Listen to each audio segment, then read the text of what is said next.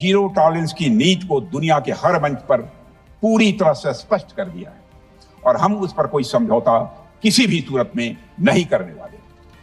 अभी कुछ सप्ताह पहले मुझे शंघाई कोऑपरेशन ऑर्गेनाइजेशन की डिफेंस मिनिस्टर्स मीटिंग में जाने का अवसर मिला। वहां जो डिक्लेरेशन तैयार किया जा रहा था उसमें आतंकवाद पर भारत का स्टैंड डाइल्यूट हो रहा। हमने साफ कह दिया कि जब तक आतंकवाद के मुद्दे पर भारत का स्टैंड रखा नहीं जाएगा हम किसी ज्वाइंट स्टेटमेंट पर साइन नहीं करेंगे और इसकी वजह से वहां कोई ज्वाइंट स्टेटमेंट नहीं आया। अध्यक्ष महोदय, इसका परिणाम क्या?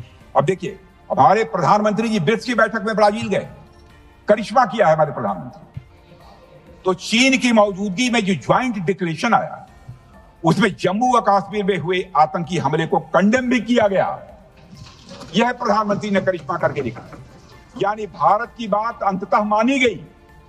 और यह ब्रिक्स सम्मेलन के इतिहास में पहली बार हुआ जब जम्मू एवं कश्मीर में हुए किसी आतंकी घटना को खुलकर कंडेम किया गया।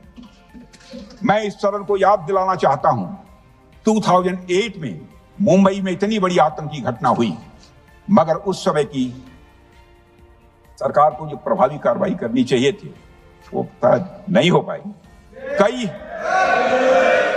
लेकिन उसमें सबसे दुखद और आश्चर्य की बात है, कई वर्ल्ड फोरम, इंटरनेशनल फोरम पर जो उसका कंडेमनेशन होना चाहिए, जो उसकी निंदा की जानी चाहिए, वो भी जितना होना चाहिए नहीं हो पाया। अध्यक्ष, यदि आप उस घटना के बाद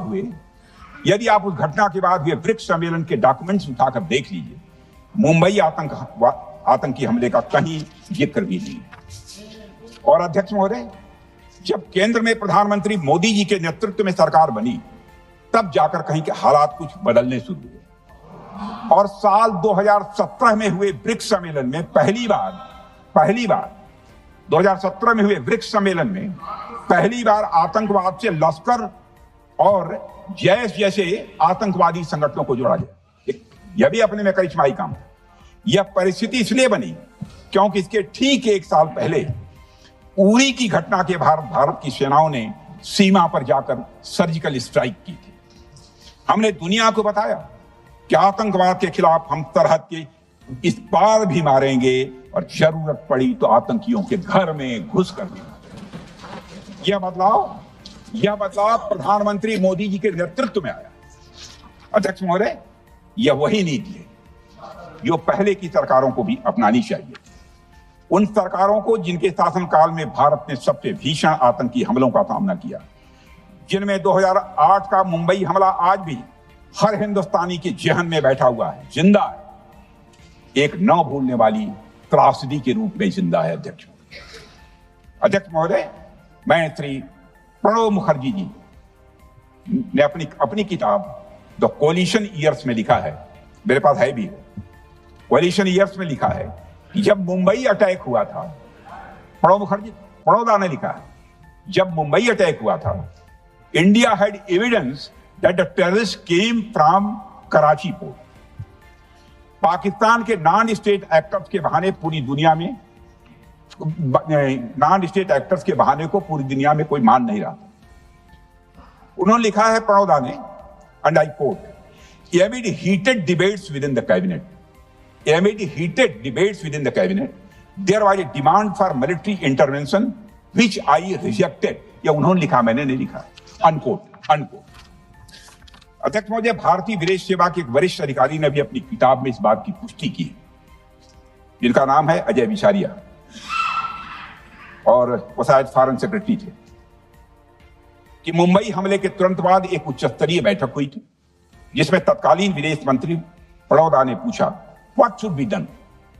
तो विदेश सचिव शिवशंकर मेनन जी ने सुझाव दिया कि भारत मोरदके में लश्कर-ए-तोयबा के मुख्यालय पर क्रूज मिसाइल से हमला कर सकता है।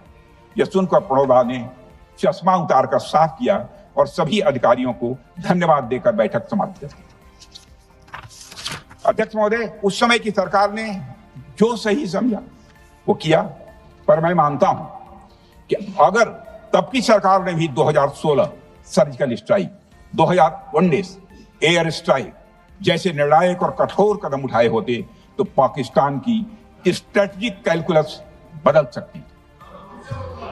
एक पावरफुल और डिसाइसिव एक्शन एक पावरफुल और डिसाइसिव एक्शन पाकिस्तान और उनकी सेना के द्वारा इस 500 टेररिस्ट ऑर्गेनाइजेशंस के लिए बड़ा डिसइंसेंटिव साबित हो सकती है। अध्यक्ष महोदय, 2008 में मुंबई हमलों के बाद उस समय की सरकार ने सिर्फ बातचीत का मार्ग चुना था। मैं स्पष्ट करना चाहता हूं, यह कोई आलोचना नहीं है अध्यक्ष महोदय, न उस सरकार की, न उस समय के प्रधानमंत्री की, और न ही उन नेताओं की। उस समय की लीडरशिप को जो सही लगा उन्होंने वह निर्णय लिया। अध्यक्ष महोदय, बस मैं इतना ही कहना चाहता हूं कि आज का भारत अलग सोचता है और अलग तरीके से काम करता है। हमारा मानना है यह आपका प्रतिद्वंदी आतंक को रणनीति बना चुका हो और बातचीत की भाषा नहीं समझता हो तो standing firm and being decisive के अलावा कोई विकल्प नहीं बचता है। अध्यक्ष महोदय, आज हमारे प्रधानमंत्री मोदी जी के नेतृत्व में भारत वह देश नहीं रहा जो पहले था।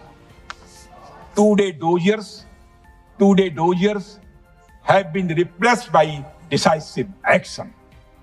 Today doziers have been replaced by decisive action. आज भारत सहता नहीं है, भारत जवाब देता है। अध्यक्ष महोदय, आज भारत आतंक की जड़ तक जाता है और उसे उखाड़ फेंकने का सामर्थ्य रखता है।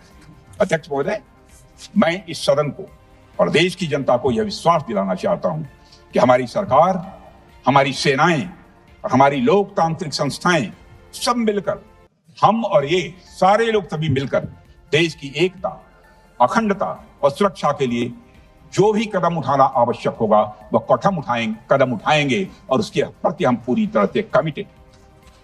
अध्यक्ष महोदय, अंत में मैं केवल इतना ही कहना चाहता हूं, यह समय एकजुट होकर अपनी सुरक्षा, संप्रभुता और आत्मसम्मान की रक्षा के संकल्प को और अधिक मजबूत करने का है। हमें यह याद रखना होगा कि हमारी सामाजिक और राजनीतिक एकता ही यह हमारी सबसे बड़ी ताकत है।